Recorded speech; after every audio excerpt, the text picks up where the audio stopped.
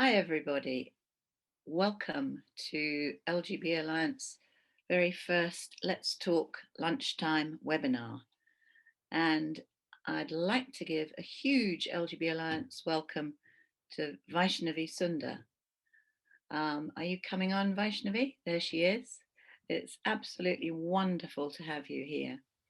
I'm sure most people know Vaishnavi has made many films, but today we're going to focus on her 4-part documentary, Dysphoric. I hope lots of you have already seen this. There is so much to talk about. We're limited to 1 hour, so let's get going. Welcome, Vaishnavi. I'm going to break this session up into 4 parts. First of all, I'm going to talk to you about you. That in itself is a fascinating story. Then the films, and then the story itself. In other words, what were the films all about? Then we'll open up to questions. Q&A is open.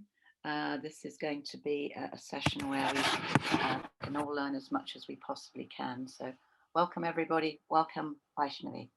So part 1, your early life in southern India, in Chennai, I believe. From the film, we know that the men ate, the women cleaned. We know your family focused on what you looked like and worked hard to make you fit in as a girl. And yet your dress of choice was jeans, a t-shirt, and a baseball cap. Frankly, your family must have been very disappointed in how you turned out.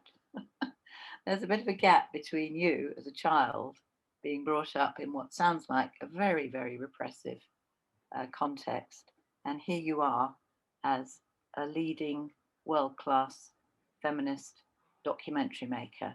Can you tell us how you moved from one to the other? Were there any other friends who encouraged you, female rebels who stood up for you? How did you make the leap out of that very difficult childhood? First of all, Kate, thank you so much for having me. It's a pleasure. I've been a big fan of LGB Alliance and the work that you do. And I think the solidarity that you've brought together worldwide is absolutely astounding. And I have big respect, mad respect for the work that you do. Thank So, you. so that's a kind of a very broad question, but I will try and make it as succinct as possible. It is true that when I was growing up, there was a lot of scrutiny over the clothes that I wore and how I looked and how I presented myself to the outside world. A funny thing happened that I was nearly not born. I was having a lot of complications when I was in the hospital.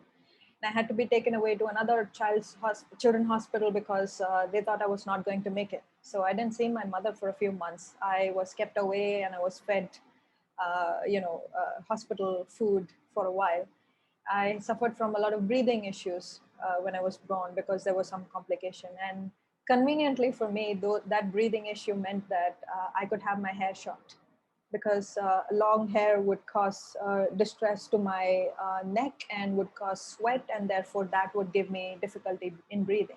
So that was one easy way out for me. But then I got a lot of stick for it because anybody who would visit would call me my brother's brother.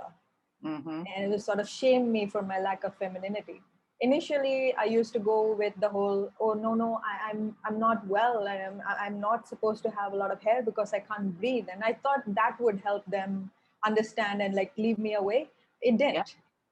I was apparently meant to suffer through my breathing issues and be presentable as female, and nobody gives a damn about my health.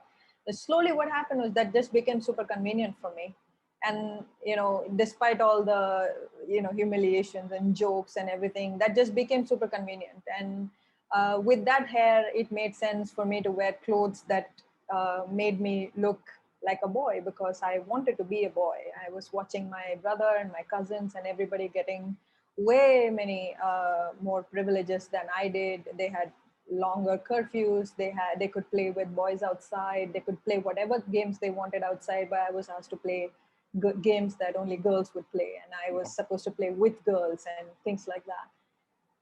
That went on for quite a long period of time. I mean, in India, we kind of in a familial system, so we stay with the family for a lot longer than in the West. And you finish school, finish university, and then I moved out when I got my first job. And when I moved out, I suffered through the entire process because it was the first ever time I was venturing out in the world by myself, and there were all kinds of sexual violence, all kinds of ways with which I learned how to navigate in this world as a woman. So you But were incredibly strong, and you turned chest problems into a form of liberation, by the sounds of it.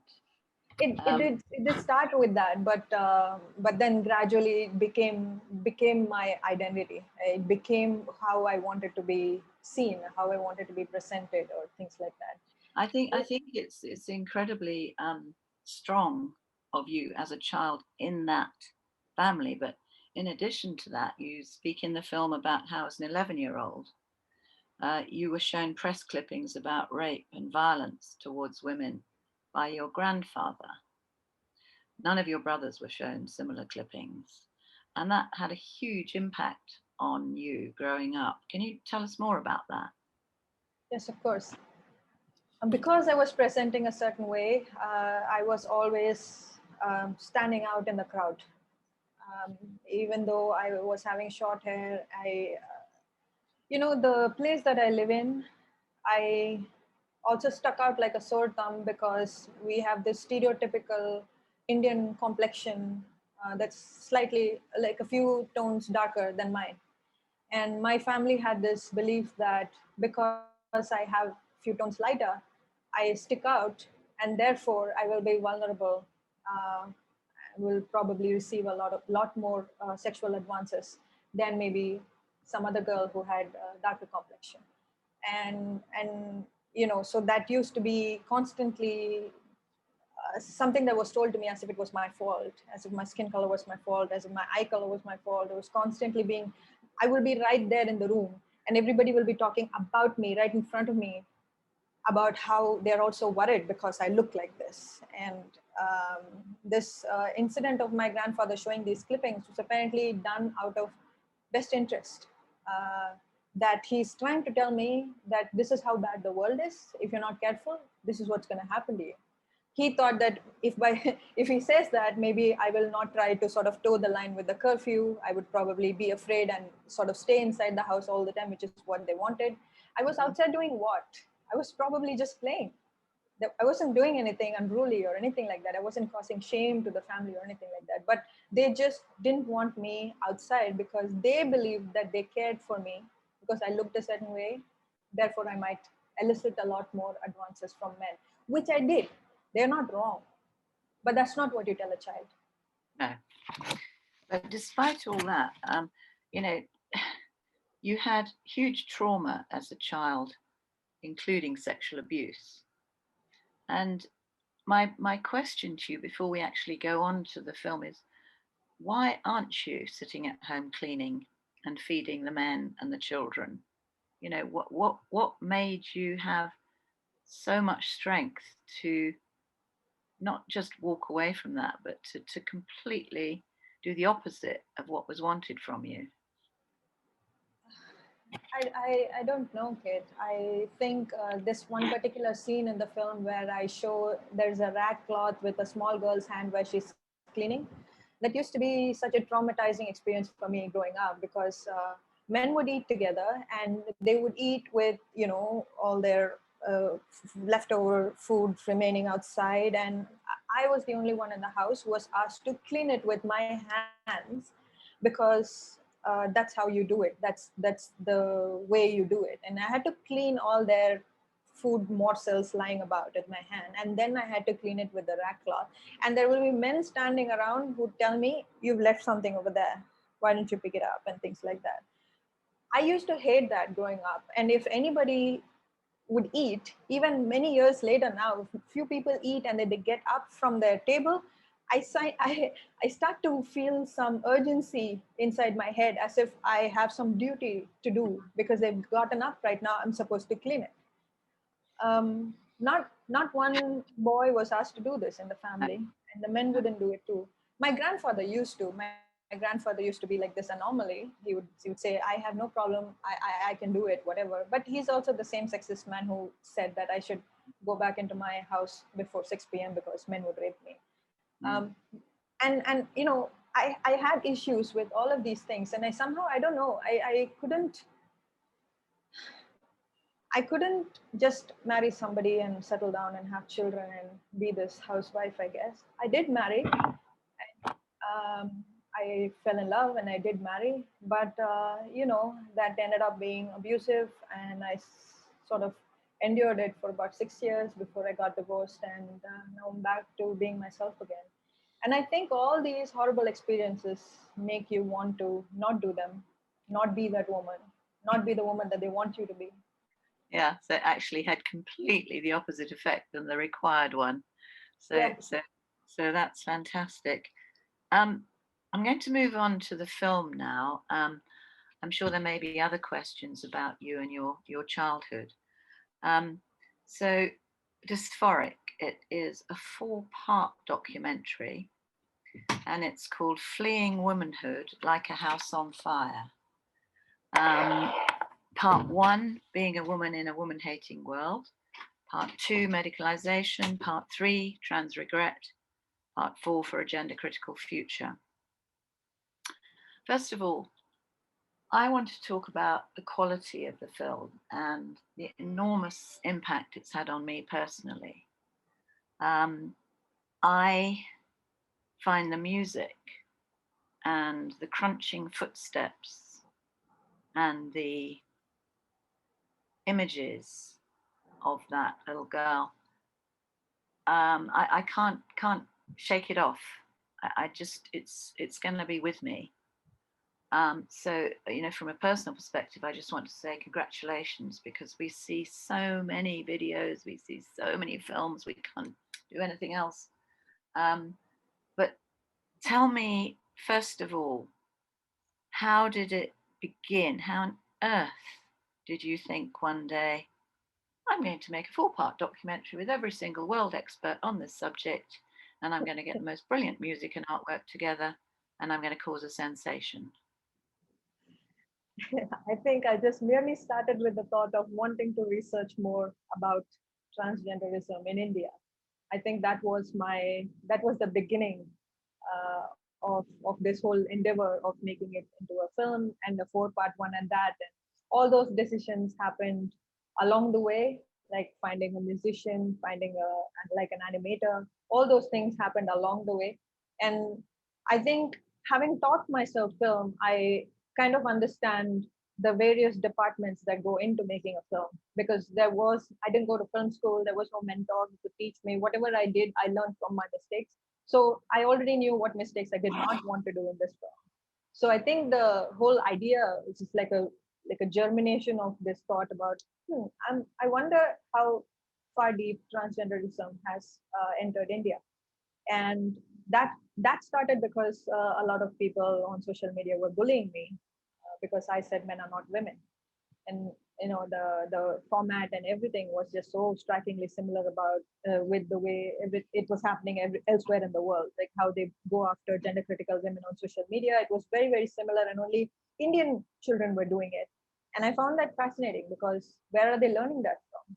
Even the swear words and the imagery that they use, the punched up kind of images that they often use to shut women up. All those things they were using, and I thought, wow, US must really be teaching them a thing or two about the whole gender issue. And I realize now, in retrospect, if they hadn't bullied me during that time, this film wouldn't have happened. And if they hadn't, yeah, if they hadn't canceled, if this organization in New York hadn't canceled me, this film wouldn't have happened, because I was just so curious. I mean, what did I do wrong? Yeah. So this film is basically an answer to all these people who question me in the whole in this past few years, asking me questions about gender identity, and things like that. So I just got really sick of all of them, and I dug myself a hole and came out with a film. Yeah. So that was the documentary about the difference between the law, which is supposed to protect women from harassment and violence in the workplace, Yes. reality that women actually face. And you said, and the impossible odds Indian women are up against in pursuit of judgment, of justice. And that film was, you had been accepted to play in New York. And then, uh, as so often happens, you got an email saying that you're an awful transphobe and therefore the film will not be shown. So that is what spurred you on to do this documentary. Yes, pretty much. I think in the film I should have even thanked them a little bit, because if not for them, they wouldn't have, this film wouldn't have happened. So Um, that's actually the second time in your life that something really awful has happened to you. First of all, it was ill health that gave you the chance to have short hair and and dress like you wanted to. And the second thing is you got banned, and then this is the result. So obviously, if we want you to be creative, we have to make somebody criticize you or do something bad. We have the same experience at LGB Alliance. Every time somebody is particularly unpleasant about us, we get more support. Okay, so you talked about India. What reaction have you had so far in India? well,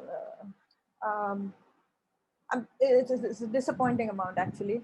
It's not a lot, um, and not a lot of people are watching it. Not a lot of people are helping me promote it, and not a lot of people in the media are writing about it, despite my many requests. Um, the few people that did watch it are people that are very close friends of mine, who knows who all these people know that I've been up against this whole gender business for a while now, and they watched it because I made them to. Otherwise, there is very little participation in the whole Indian demographic, be it online or offline, and also the Indian media wouldn't really even touch this because it's problematic. And you've said elsewhere that you wanted it to be on YouTube so that anybody can watch it. It's accessible Yeah, to everybody. yeah. What about other countries? And do you think, well, that's question one, what about other countries? And secondly, in India, do you plan to put it out in other languages? Other countries, the response obviously has been phenomenal, very heartening. And in fact, the more positive response I get elsewhere in the world, the sadder I feel that there isn't much in India, because I made the film as an Indian woman with Indian children, Indian girls in mind. And I think even though there are all these experts who have spoken in the film, are none of them are from India. My idea was that I wanted to juxtapose the situation that's going on in the West and sort of bring it back home to say that in a matter of 5 or 6 years, things are about to get really bad over here. And I wanted it to be a sort of a premonition. And the sad part is, because of this film, because of my relationship with a bunch of therapists online, I've come to understand that there are many children in India who suffer from ROGD, and their parents have written to therapists elsewhere in the world because we don't have a robust mental health mechanism system in place over here. Elsewhere in the world, the response also has been so overwhelming sometimes that many volunteers have come forward and translated the subtitles and aspects of the film in their local language. Right now, we have five different languages subtitles, one of which is an Indian language. So, coming to the second part of the question, I do hope to make a lot of other Indian languages subtitles available as well. But it's a bit tricky because the many people might not even know how to read. Well, So yeah, so even if you make it available in local language, sometimes it's hard for people to grasp these situations. And really, the LGB population that's there in the rural areas, we should think about them.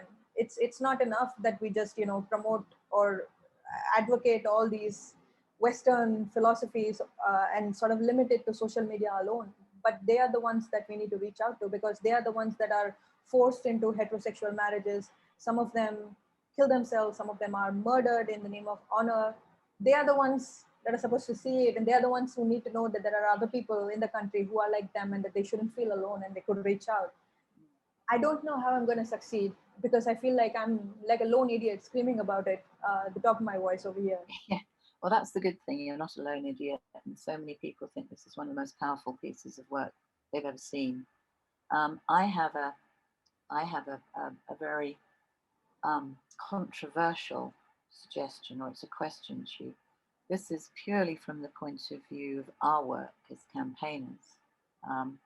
I know that if you were to condense down the best of the 4-part documentary into a 15-minute single video, we could take that with us into the House of Lords, into the House of Commons, into the HRC, and we could use that. But I do realise as an artist that that's probably like saying to Shakespeare, "Can we perform Hamlet in one act, please?" So I'm just going to put that out in the ether, as people say. But Actually, I've in the process, it's been 2 months since we released the film, and in the process of these 2 months, I've realized the way people have sort of taken it and made it their own. I realized I no longer want to hold the film back in any shape or form. So if anybody wants to, cut away pieces and use it for their campaign or advocacy, I'm saying go for it. In fact, I openly welcomed everybody to use the film however they wanted. It's your film. It's as if I don't even exist. It doesn't matter. It's like some video on YouTube that you have free access to. You can do whatever it is you want to do it with it. I only just ask them to tag me so I can also share it. Otherwise, I need absolutely nothing. Well, that's fantastic, because for us, visual, that everybody responds well to visual Yes, definitely. communication, and the quality of the people. So thank you very much. That's wonderful news. We've also got somebody, Montserrat Ballesteros, in the chat saying we would like please translate it to Spanish. So there are Spanish subtitles already. The subtitles available right now are Spanish, Italian, French, Tamil, and Hungarian, and on easily YouTube. yes, and easily some 6 or 7 more languages are coming up: Russian, Turkish, Portuguese, many more are coming up. That's wonderful. I just want to touch on IMDb. I'm a big fan of IMDb, the movie database. And I had a look at it because usually it tells you everything that you need to know about a film. Your film is mentioned, but there's hardly any detail. Is that something that you are able to influence? Because I just think that's a really good way for people to get to know who's in it, what it's about, and possibly increase the number of people who watch it. Yeah, so ever since I released this film, I realized that there was an IMDb page that popped out, but I didn't create it. I asked online if anybody knew who created it. I don't know. It's just some good Samaritan who just put things together and asking people to rate the film and things like that. There are a bunch of ratings. There is also a couple of reviews and stuff, but that's pretty much about it. I don't, because I can't log in, I won't be able to change a lot in it. But if the Good Samaritan is listening right now, they could get in touch with me, and we can do better with it. And I suppose, as if you can leave reviews there, that's what we can do. I heard you on the WHRC interview saying that your film, you deliberately made it available and free, as you were quite confident that none of the festivals would show it. Now that's awful. Is there no way to break in or to do a side event at any of the festivals, do you think? Based on my experience, having made films for festivals and having curated film festivals myself, I know that there are certain types of films that gets screened in film festivals worldwide.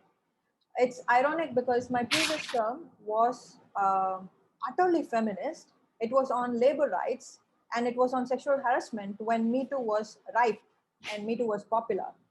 And this was the time when my film didn't get selected in any of the film festivals because there are people don't like to be uncomfortable when they're watching a documentary, even if it is a documentary that is meant to provoke discomfort. My film, the previous film, and the justification for it is I couldn't. You have a lot of talking heads in my previous film, and I couldn't show like a beautiful landscape or something like that because what the woman is saying is something utterly devastating. I couldn't force myself into showing a beautiful scenery just because it is palatable for the audience. I wanted it to be raw. I wanted it to be horrible to watch because that's their truth. So those kind of films somehow never make it to film festivals, and I know this for a fact. And some of these people that curate program festivals have told me this. are openly saying that, why don't you make a film that's maybe 15-minute long or something like that? How can you make a film that's worth 3 hours in terms of duration, and even then it feels like you have not covered enough? How can you make a film like that into 15 minutes? You could, but who's gonna benefit from it? It's not comprehensive, it's not Yeah. holistic, it doesn't Yeah. cover all kinds of women that we want to touch upon. All right. I'm just going to ask a question from in the audience. Um, she's where is she? She must be in the southern hemisphere. Okay, I'm guessing Australia. Could be New Zealand. It's nearly midnight, so excuse me if I'm not clear. I agree with Kate about the usefulness of using snippets of the film.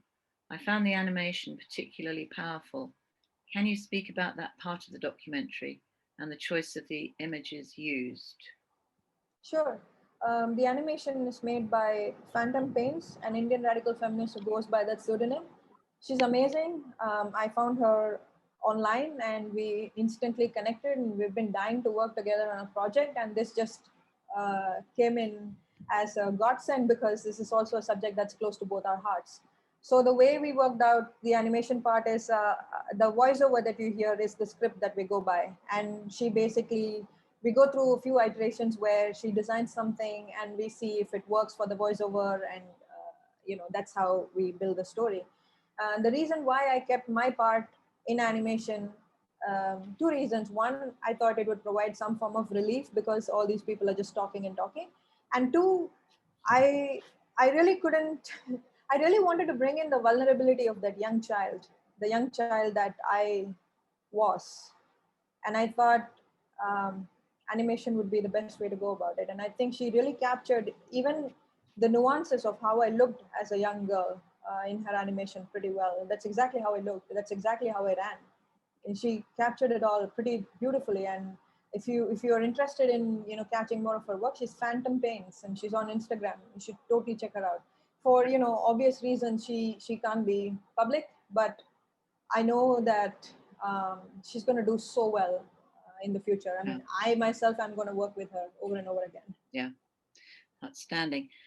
Okay, I'm now going to go on a little bit to the story itself, and I'm going to start with Harry Benjamin. Since getting involved and setting up LGB Alliance with my partner in crime, Bev Jackson, I have done a bit of research into how did we get to where we are today, and your work has really contributed to some of my understanding. But Harry Benjamin is key here. For anyone who doesn't know, this is a man who was born in Berlin in 1885, lived in the US from 1913 until 1986 when he was 101. He claimed that transsexualism was a unique illness and it had a biological origin. He decided, therefore, that psychological treatment would be useless. In other words, we don't treat something like pneumonia with psychotherapy. So it was Benjamin who recommended that a physical illness needed a medical response, i.e., hormones, surgery. He published his book in 1966 called The Transsexual Phenomenon. And at that point, he was a maverick. The dominant idea at the time was that the treatment of transsexualism was simply psychoanalysis. In the 1970s, Benjamin formed what later became the Harry Benjamin International Gender Dysphoria Association, with standards of care which were derived from his case studies. And in 2007, this became WPATH, which is the organization that is constantly quoted as being the world authority on transgender health, but we argue is a lobby group. So what I think is interesting here is that in 1966, arguing for hormones and surgery was way out of field.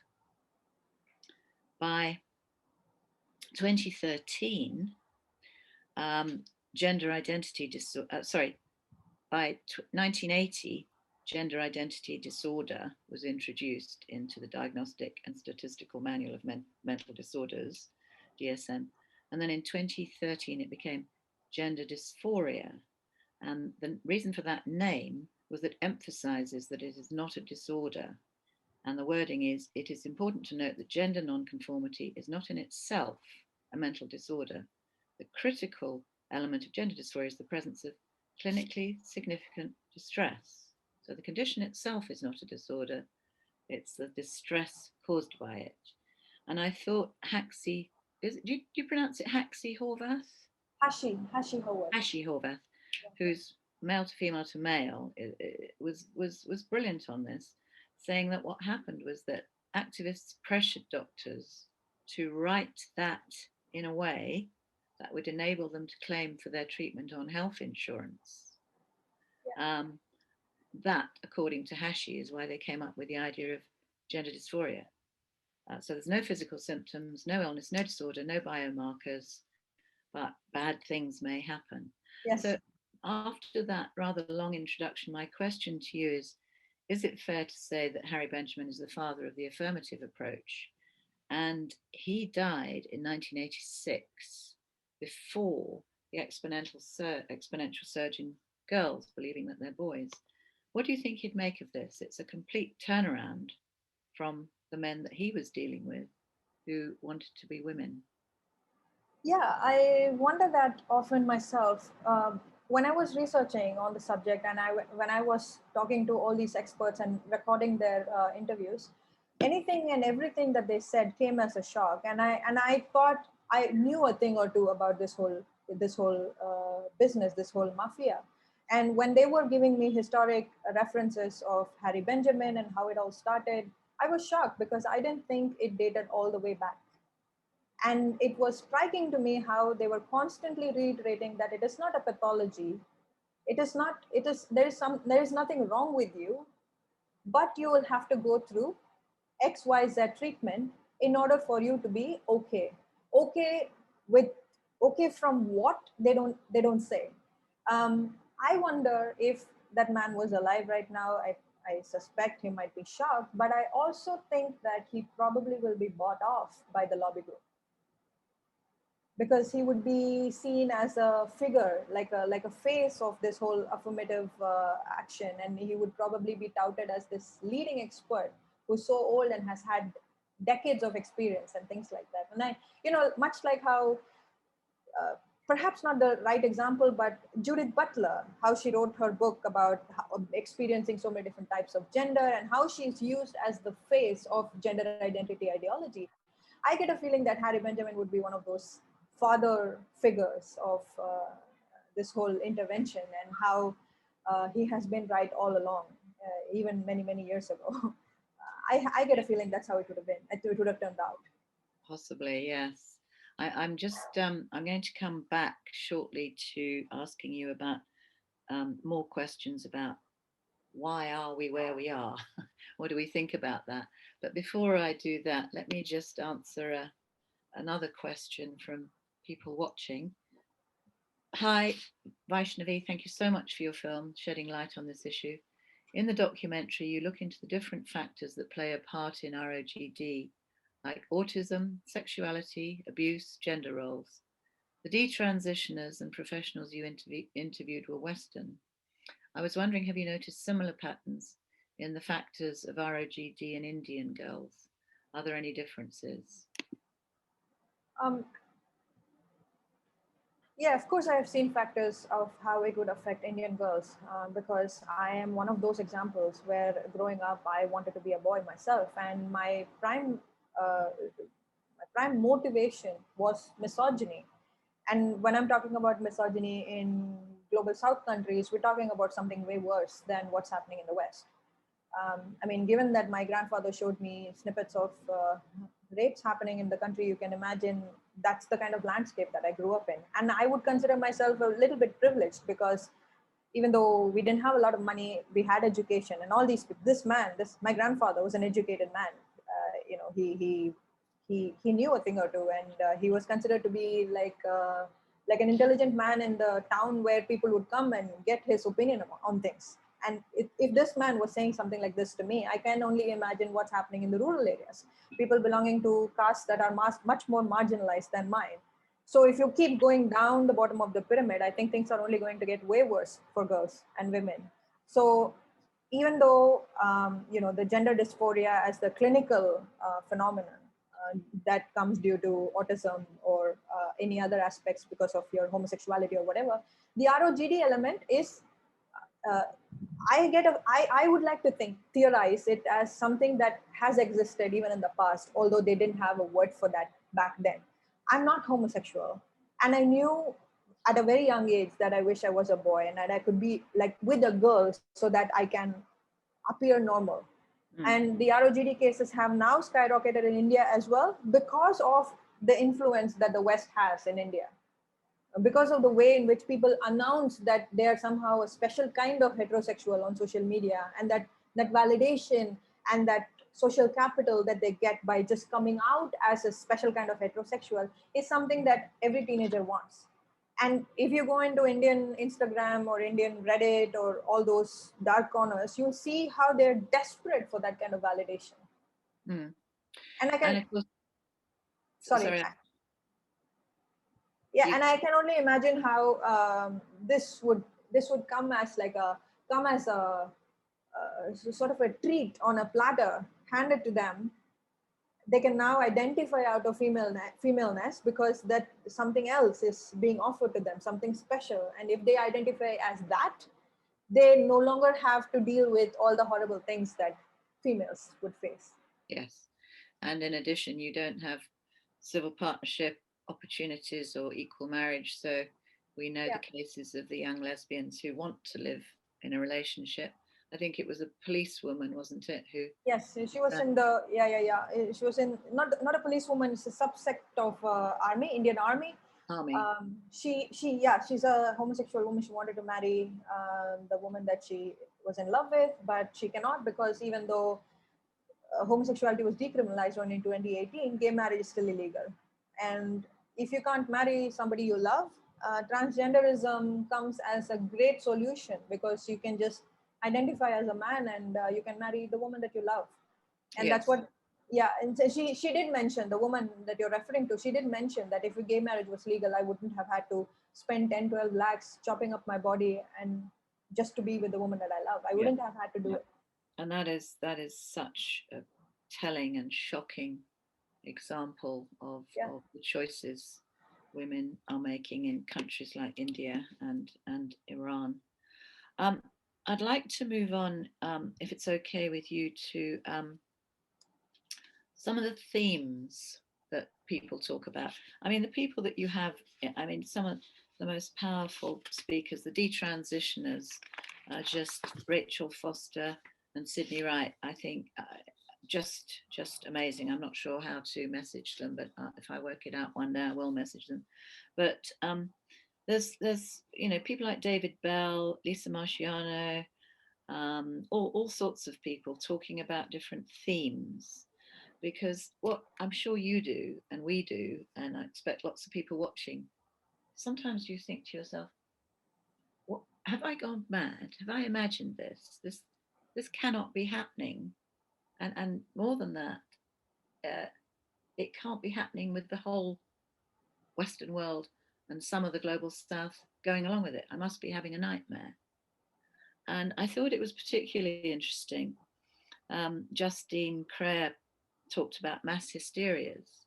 And this is something that our one of our supporters, Dr. Az Hakim, who's a consultant psychiatrist, also talks about, we used to, as adolescents, we used to be able to be punks or goths or join in a movement that said to adults, we're different, we're cool, leave us alone.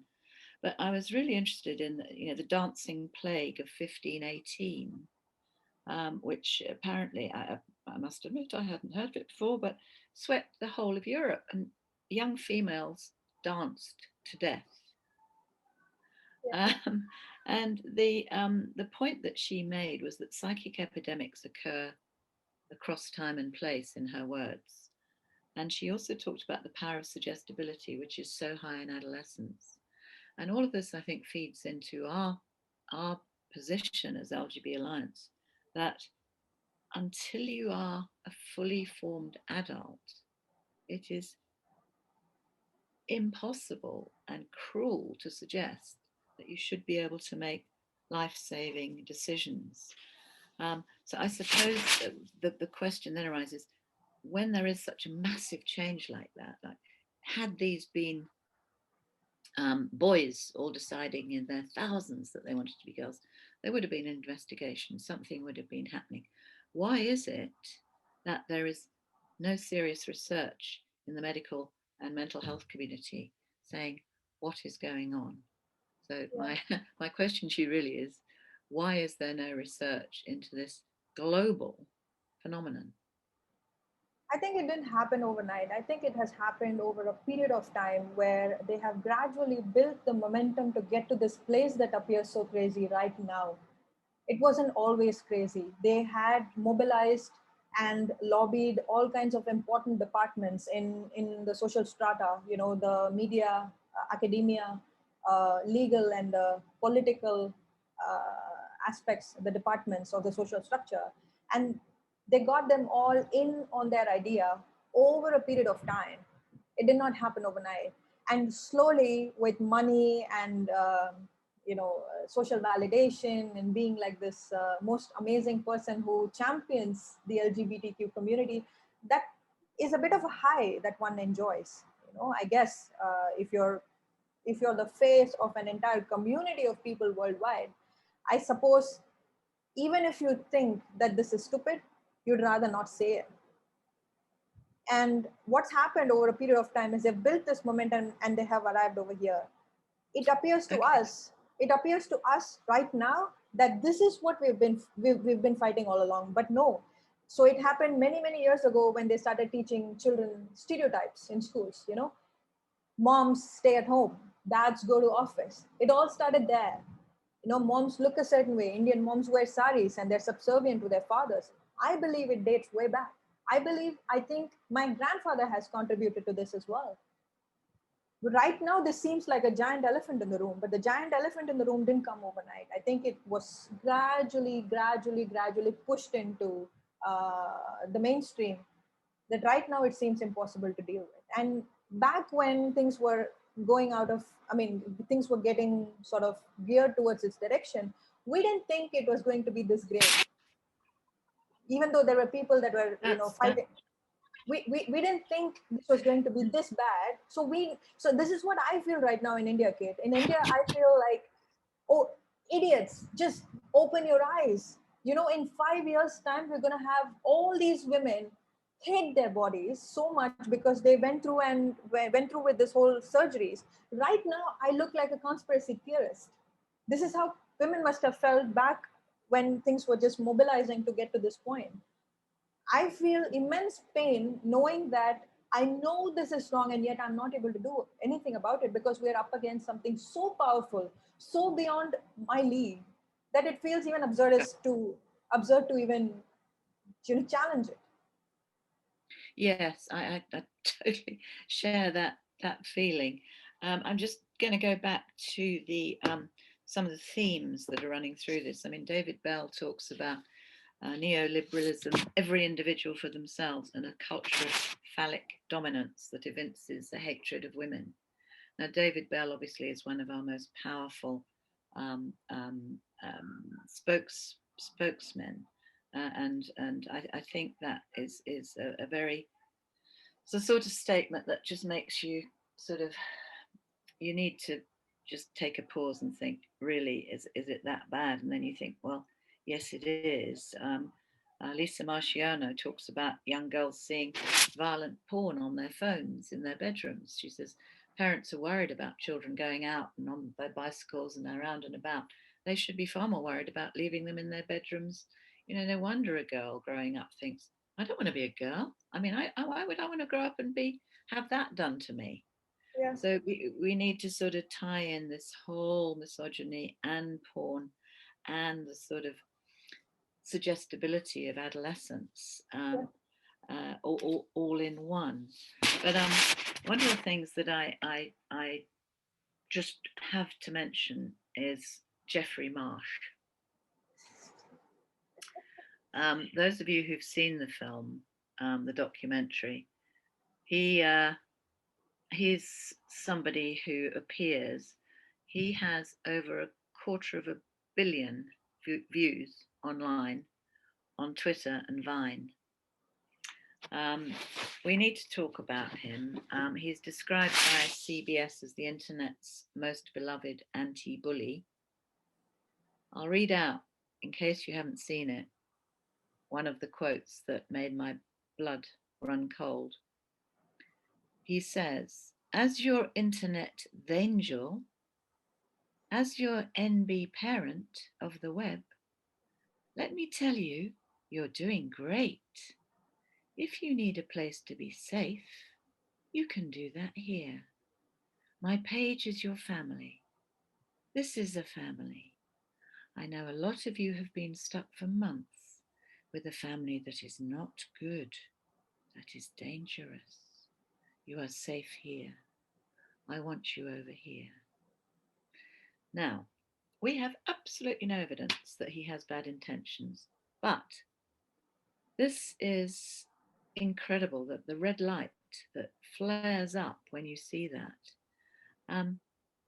I suppose my question is, how does the mantra of be kind, be nice to everybody, isn't Jeffrey being lovely and a beloved anti-bully? It's hammered into every girl on the planet that we have to be kind. How can we stop them falling for this? Because it seems to me this kind of atmosphere online opens up a world of opportunity for abusers. We've just seen that drag queen, head of a drag queen story hour, being prosecuted for child pornography. One of our jobs, I think, is to consistently try to shine a light on the connections that there are and the need for safeguarding children day in, day out. Yeah. The Jeffrey Marsh was a unique case. I think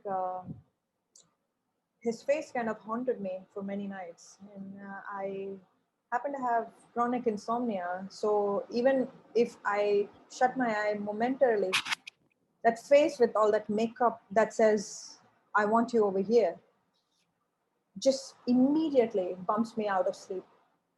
And it just something about the way he says it, I think it is a female feeling. It's a thing that women have in their body. Something just shoots up to our head that, whoa, that's not okay. It doesn't even have to be motherly. It doesn't even have to be protective of your child. I think it is you being protective of yourself even. I don't know why anybody would consider a man like that to be the internet mom that all these girls go after and confide in them. And I think, this is my theory, that they have normalized men that look like that and speak like that as the face of the LGBT movement.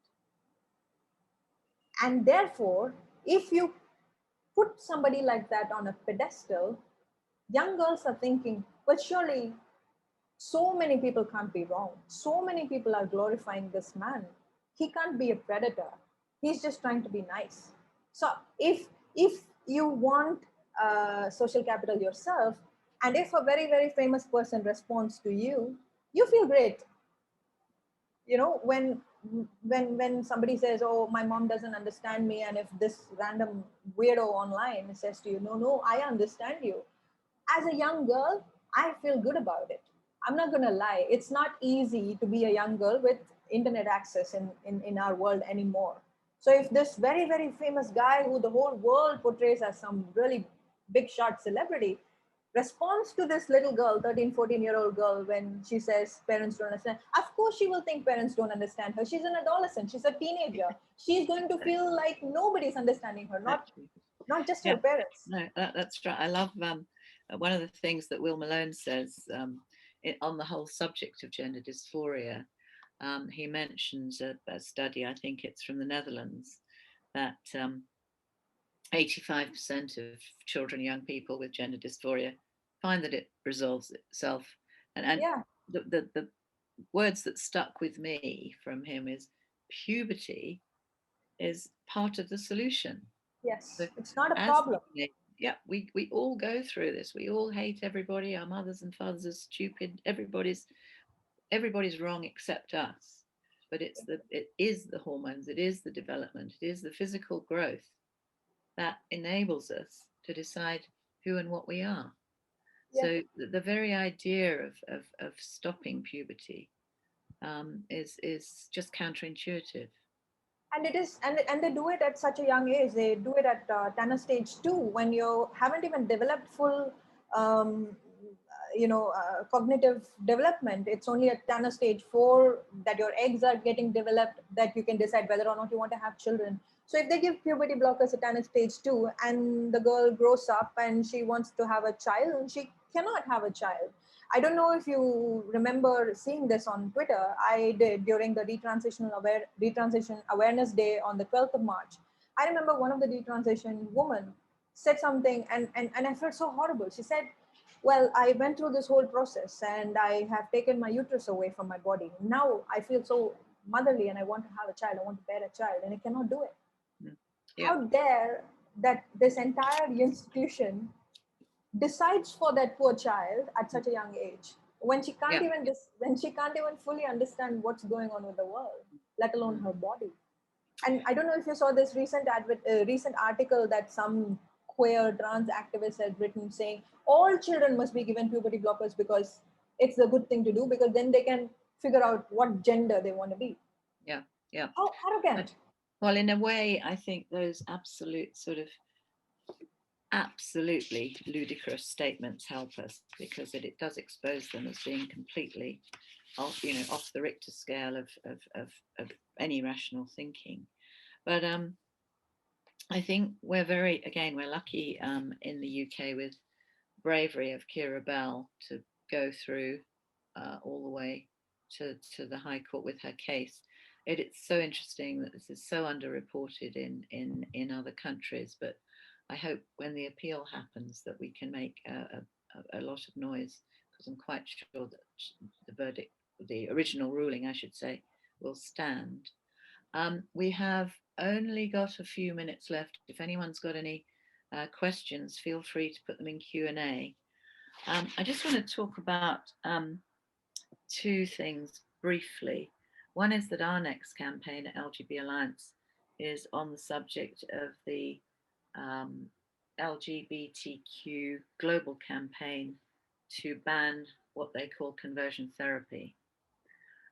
We're going to approach that from a very different angle, which is to say, stop transing the gay. We had a letter in the Times last Saturday which kicked off the campaign. So we'll be building on that. And what we're trying to do, Vaishnavi, is to highlight your documentaries, other people's articles, the woman who wanted to live with her girlfriend in India who had to become a trans man. All those stories we will be highlighting on our website, and we'll be asking people to write to their MPs. And I'll just come back to that. Before I do, there's a question here. Again, I think it's from Down Under. Hi, hello Vaishnavi, congratulations for your beautiful movie. What do you? Oh dear, this is a sad one. What do you think about ePage advertising double mastectomy to young girls? How do we contrast that? I think that's sort of what do we do to say this is just awful.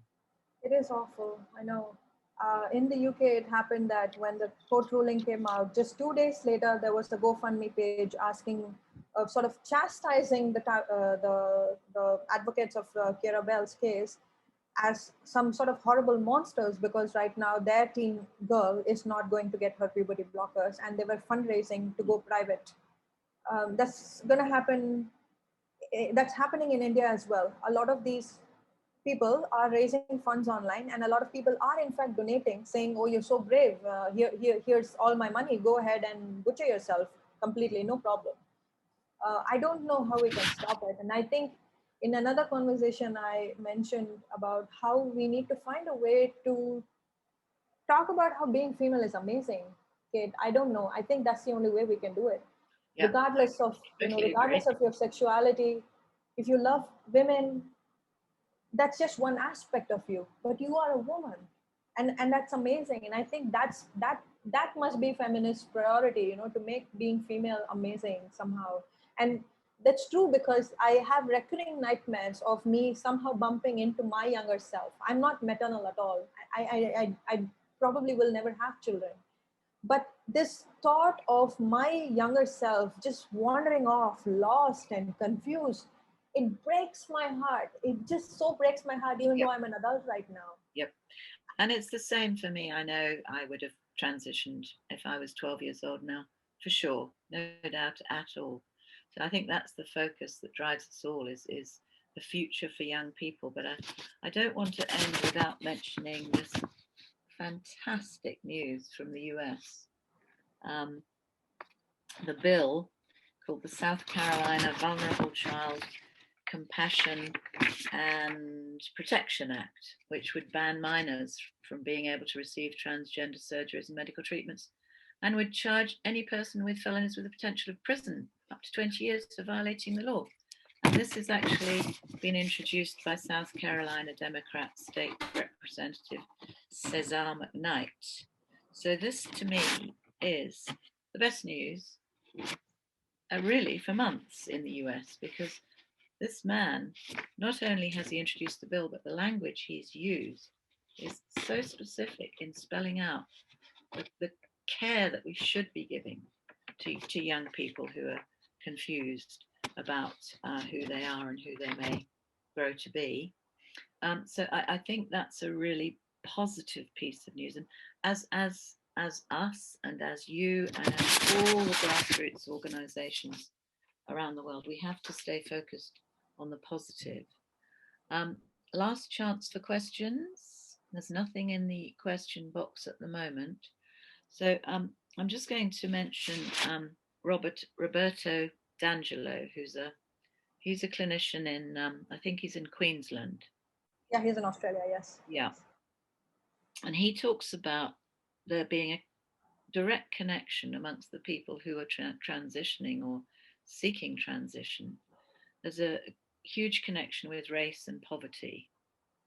And I thought that was really interesting. It's not we. I think we tend to think that people who get anorexia in the UK, or who used to get anorexia, who now have gender dysphoria, tend to be sort of middle class people with plenty of money. But he's seeing in his practice that it is girls, particularly, who have really suffered as a result of growing up poor, growing up probably Aboriginal, but other races in Australia as well, and having all those burdens mixed together. And it's too much. It's too much to bear. So they think, as David Bell says, help me now, sort it out. But Yeah. I think we really need to be aware of that and need to look at that in much greater detail. This aspect about race and women belonging to a marginalized section of the society, I think I provoked people to consider this whole gender identity ideology from that vantage point. I think I asked this question to all the people that I interviewed about what they think, because the predominant phase of uh, uh, the youth that transition, you end up seeing them as perhaps a bit influential, affluent, white, Western girl or boy.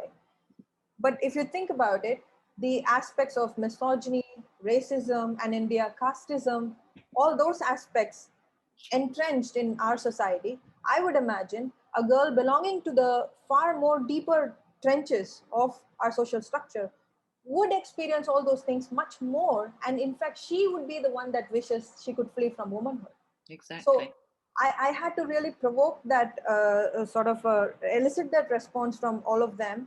But there is not a lot that's being done. There is a scope for that, for us to understand how we can approach this from a misogynistic standpoint.